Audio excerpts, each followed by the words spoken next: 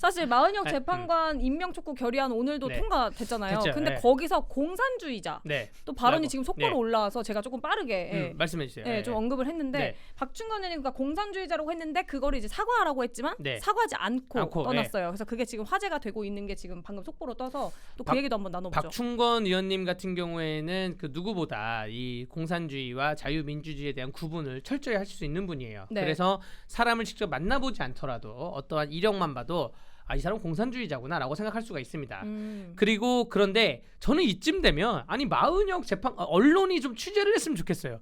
마은혁 재판관님 지금 법관님들도 이제 뭐 사법부가 폐쇄적이긴 하지만 좀 지금 어디 계시죠? 지금 이분 서부지법에 계시나요? 마은혁 재판관님? 서부지법에 계시죠? 아니 그 서부지법 공보실에 물어보던가 아니 이쯤 되면 이분이 내가 안 해 이렇게 해야 되지 않아요?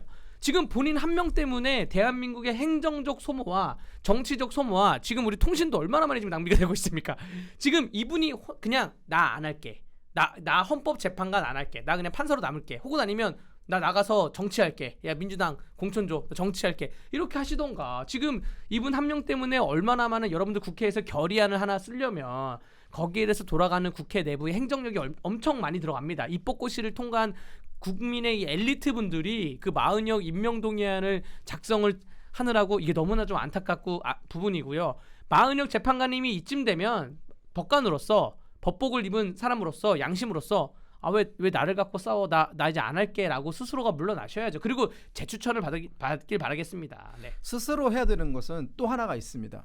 마은혁 헌법재판관 후보자는 본인의 입으로 본인의 성향을 밝혀야 돼요. 네. 그러니까 지금 그렇지. 뭐 네. 이게 좌파다 우파다는 큰 문제가 안 됩니다. 하지만 본인이 대학생 시절 때 분명히 인민노련에 가담을 해가지고 자유민주 체제를 전복하기 위한 활동을 했었고 노동자 농민의 중심이 된 사회주의 정권을 만드는 게 그들의 목표였기 때문에 이것은 철저한 반국가적인 행위이고 반헌법적인 행위였단 말입니다. 네. 그리고 그때 당시 활동했던 그 노회찬이라든가 당시에 그 인민노련 멤버들에 대해서 상당히 큰 애정을 가지고 있는 것이 여러 차례 확인이 됐었고요. 네. 그렇다면 본인이 어린 시절 때 그 가지고 있었던 그 생각이 지금은 바뀌었다.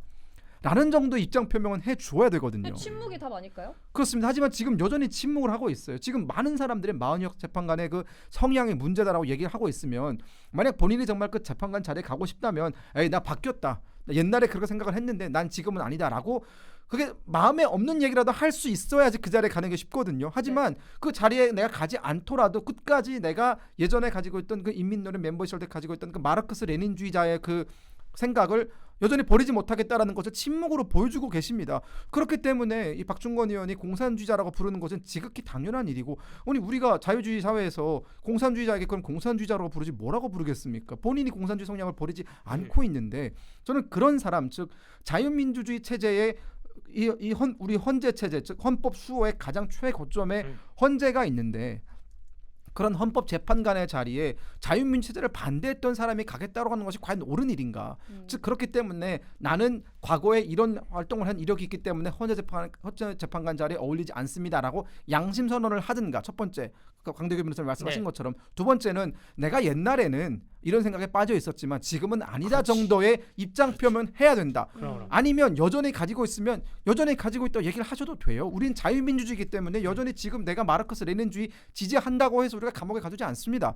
네, 하지만 그런 활동을 하는 사람에게 헌재재판관을 시킬 수 없죠. 차라리 정치를 하면 됩니다. 정의당이든 진보당이든 본인의 성향과 잘 맞는 곳에 가서 본인이 꿈꾸는 이상향을 실현하기 위해서 정치하시면 돼요. 아무도 그걸 안 말립니다. 그런데 그 자리 헌재재판관 자리에서는 가서는 안 된다라는 것이죠. 그 마은혁 그 재판관에 대해서 아니 국회에서 공산주의나 뭐 이런 거에 대해서 인사청문회 때 안 걸렀나? 궁금하잖아요. 네. 인사청문회 2시간 했어요. 이거 급하게 한다고 민주당에서 원래 한동안 헌법재판관 추천 안 하고 있다가 그래서 이진숙 방통위원장 때 정청래가 국회 갔더니 국민의힘이 어쩌고저쩌고 동의 안 해 추천 못 하고 있습니다라는 거 하니까 그때 헌법재판관이 그때 아마 정영식 재판관이었나 정청래한테 약간 뭐라 그러면서 난 지금 국회 얘기를 하고 있는 거다 왜 네. 국회가 추천을 안 하냐라고 한 건데 맞아요. 그래서 그 부랴부랴 마은혁하고 정계선하고 뭐 조한창 추천을 했는데 이게 시간 배분을 급하게 한다고 한 2-3시간씩밖에 안 한 겁니다. 인사청문회를. 원래 인사청문회를 하면 하루 종일 하잖아요. 밤 12시까지예요. 그리고 회차 변동해가지고 다음날까지 합니다. 그러니까 이게 인사청문회 자체가 짧아가지고 그래서 이런 게 속가내지를 못한 것이에요. 네. 그러면은 제가 보좌관님한테 예. 아까 다시 돌아서 여쭤보고 싶은 게 마은혁 재판관 자진 사퇴해야 한다고 보세요? 저는 자진 사퇴하는 것이 그 사람의 앞으로의 인생에 있어서 그나마 긍정적인 어떤 족적을 남길 수 있는 그런 행동이지 않을까라는 생각이 드는데 네. 저는 뭐 그런 생각은 어디까지나 이상적인 방향이고요. 저는 지금까지 대한민국에 와서 수많은 좌파들과 대화를 해보고 그들을 상대하면서 느낀 것은 애초에 그들한테 우리가 이런 이상적이고 상식적인 행위를 기대할 수가 없다라는 것을 제가 느꼈기 때문에 마은혁 재판관은 아마 본인이 끝까지 그 자리에 가기 위해서 무슨 짓을 정말, 좀 다 할 겁니다. 아마 그리고 민주당도 이렇게 논란이 많이 불거지는 사람일지라도 국민의 어떤 지탄을 받고 있는 사람일지라도 본인들의 당리당략에 적합하고 본인들의 말을 잘 들을 수 있는 사람을 그 자리에 앉혀야 한다라는 오직 그 한 생각으로 아마 헌재 재판관 자리를 그런 식으로 유린을 할 거기 때문에 저는 임명을 할 거라고 봐요. 이런 것 때문에 우리가 판사를 뽑을 때 혹은 적어도 공무원을 뽑을 때 우리의 주적은 누구인가? 이거 시험 보고 뽑아야 돼. 면접 볼 때. 판사를 뽑는 옛날에 사법시험이 1차가 있고 2차가 있고 3차가 면접이었고요. 그리고 지금 로스쿨 체제에서도 판사를 보려면 변호사 7년 하고 이제 판사를 뽑는 그런 과정이 있는데 적어도 우리의 주적은 누구인가? 당신의 그 사상적 이념은 무엇입니까? 이게 이념 검열한다, 양심의 자유에 침해된다 그게 아니라 양심의 자유는 일반 국민들의 기본권이고 어떠한 공직을 위해서 봉사하는 사람은 양심의 자유가 약간 제한되어야 돼요. 그렇죠. 제한되어야 되지. 이거 판사를 하면서 내 양심의 자유를 지킬래? 나 사회주의자인지 아닌지 내가 밝히지 않을래? 내가 뭐 북한이 주적인지 난 밝히지 않을래? 이거는 약간 너무나 이기주의인 거죠. 그래서 앞으로 정말 국민의힘에서 이거 앞으로 역사가 반복될 수가 있습니다. 이런 일 반복되지 않게 판사를 뽑을 때 적어도 공무원을 뽑을 때는 네. 이러한 그 의견에 대해서 그 북한 김정은에 대해서 욕설해봐 뭐 여기까지는 아니더라도 뭐 그거를 면접에 보던가 아니면 이러한 좀 그 걸음종이 역할을 할 수 있는 거는 마련이 되어야 한다고 봅니다. 지금 네. 구독자분들 중에서도 맥스링님인가요? 네. 마은혁 추천한 민주당 제정신 아니라고 이렇게 올려주셨고 네. 고정혜님은 대통령 복귀되어야 하는 대통령님이 복귀되어야 대한민국이 살아나는데 정말 걱정이다 이렇게 말씀해 주셨어요. 그러니까 사실 구독자분들 그 댓글을 제가 하나하나 정말 다 보거든요. 네. 그러면 댓글을 보다 보면 드는 생각이 저희보다도 국민분들이 더 잘 알고 이미 진실을 알고 계신 경우가 굉장히 많아요. 그래서 저는 그거 보면서 와 우리도 이렇게 노력을 하고 차가운 아스팔트 나가면서 계속해서 진실을 알리려고 하는데 계속 누군가는 저희의 눈을 가리고 귀를 막고 입을 닫게 하잖아요 사실. 네. 그리고 지금 이제 이재명 민주당 대표 얘기를 계속 하고 있으니까 저는 이 얘기도 좀 나눠보고 싶은 게 사실 이재명 당대표가 했던 얘기들 중에 조금 수위가 높은 얘기들이 많아요. 그러니까 예를 들어서 뭐 승복은 윤석열이 하는 것이다. 그럼 자기는 승복 안 하나요? 뭐 이런 것도 있고 네. 유혈 사태도 있고 네. 그리고 뭐 이 모든 일은 다 뭐 국민의힘 때문에 일어난 네. 거고. 그러니까 이런 몸 조심해라도 있고. 네, 몸 조심해라도 네. 있고. 그러니까 어떻게 보면은 대통령께서 복귀를 해도 이 망언은 멈추지 않겠다. 그러니까 이재명 대표는 계엄 선포된 그 날도 자기의 라이브를 킨 다음에 첫 마디가 뭐였냐면 빨리 와서 저 좀 지켜주십시오.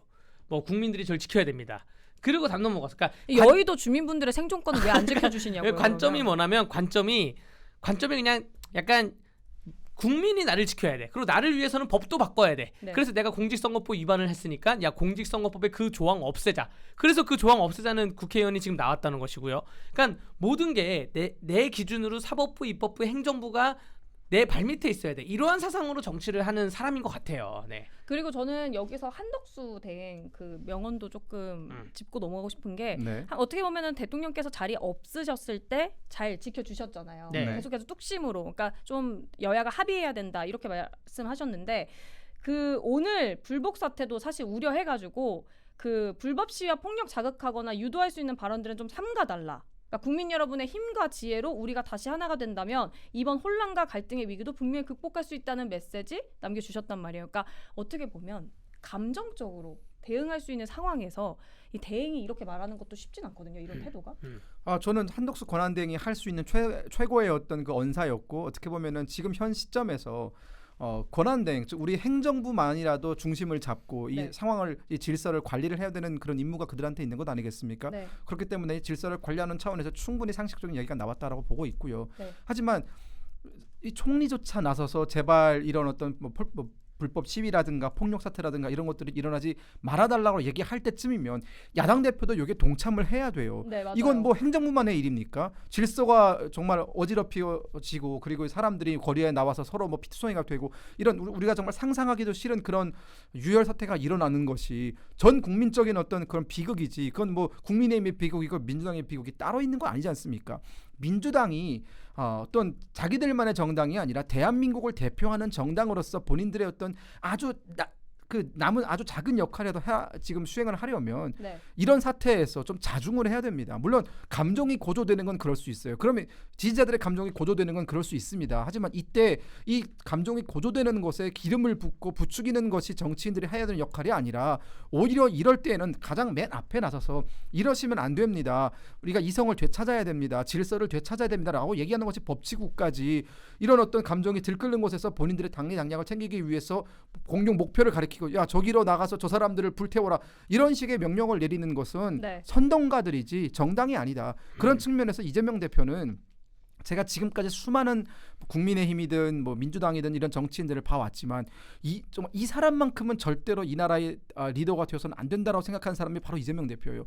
이 사람이 되면은 정말 갖은 수단과 방법을 가리지 않고 국민의힘을 뭐 어떻게 보면은 아예 사라지게 만들 그런 사람이고요. 그리고 지금 우리가 이렇게 하하하고 웃으면서 방송을 할 수 있지만 만약 이재명이 대통령이 되지 않습니까? 네. 우린 이런 방송 못 합니다. 음. 정말 우리가 상상하기도 어려운 어떤 제재를 가할 거예요. 그리고 이런 방송을 하게 되면은 정말 가압류딱지 시작을 해가지고 정말 많은 압박이 들어올 겁니다. 그런 압박 속에서 과연 우리가 살아남을 수 있을 것인가? 그 약간 좋은 말씀해 주셨는데 만약이라고 가정을 했으니 이게 헌법재판 그 4월 4일에 영향을 미치는 까지 말씀드리자면 헌법재판소는 우리 기본권에 대한 판단을 할 때도 내가 인용을 하거나 결정을 했을 때 혹은 기각을 했을 때 이게 나중에 어떻게 됐을까 뭐 양심적 병역 거부에 대해서 이걸 인정했을 때 나중에 어떻게 됐을까 간통죄에 대해서 인정을 했을 때 사회에 어떤 영향을 있을까 이걸 다 계산을 하고 판단을 내립니다. 네. 근데 미래에 있는 일은 예측이 불가능하니까 그걸 판결문에 세세히 녹아내지는 않아요. 자 만약에 100번 양보해서 탄핵이 만약에 인용이 됐어요. 그러면 어떻게 되냐? 이 6월 3일 날 대선 투표일이 가능성이 있는데 네. 6월 3일이 이재명 위중 교사의 항소심 변론 종결일이에요. 이재명은 계속 재판을 받고 있잖아요. 네. 이재명이 대통령 후보로 나섰는데 그 중에 대통령 후보 중에 갑자기 대법원에서 공직선거법에 대해서 유죄로 선고한 파기 재판한다. 그리고 후보 취소해야 돼요. 그리고 만약에 대통령이 당선이 됐어요. 대통령 당선 중에 대법원에서 또 다시 공직선거법 파기 환송이든 파기 재판하잖아요. 그럼 대통령 자체를 취소해야 돼요. 그리고 만약에 이런 거 없다 하더라도 대통령이 당선이 된 다음에 적어도 재판을 4개를 다녀야 되는데 대장동, 백현동, 성남FC, 대북송금 뭐 또 혹은 지금 법카 문제 이런 재판을 다녀야 되고 다른 재판 증인도 다녀야 돼요. 협박도 있어요. 협박도 주 4, 5일째 다니고 뭐 그 쌍방울에 있는 쪼개기 기소권도 다녀야 되고 그렇게 되면 이게 현직 대통령의 재판을 계속 다녀야 되는 거예요.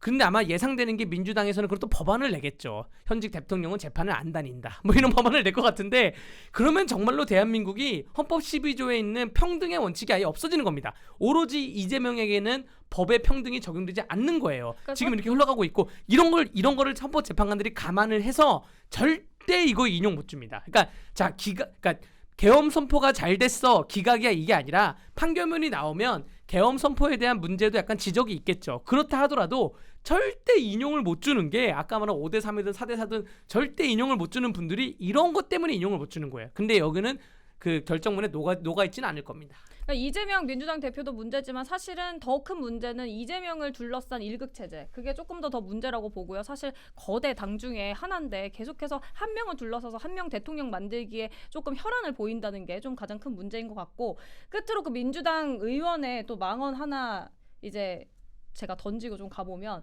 박지원 의원은 기각 혹은 각하 의견서 내는 헌법재판관은 역사적 죄인 제2의 이완용으로 자자손손이 대한민국을 못 산다. 굉장히 지금 수위가 높은 발언을 지금 이렇게 하고 있다라는 점 말씀드리고 이제 여러분은 또 어떻게 생각하시는지 댓글로 알려주시기 바랍니다.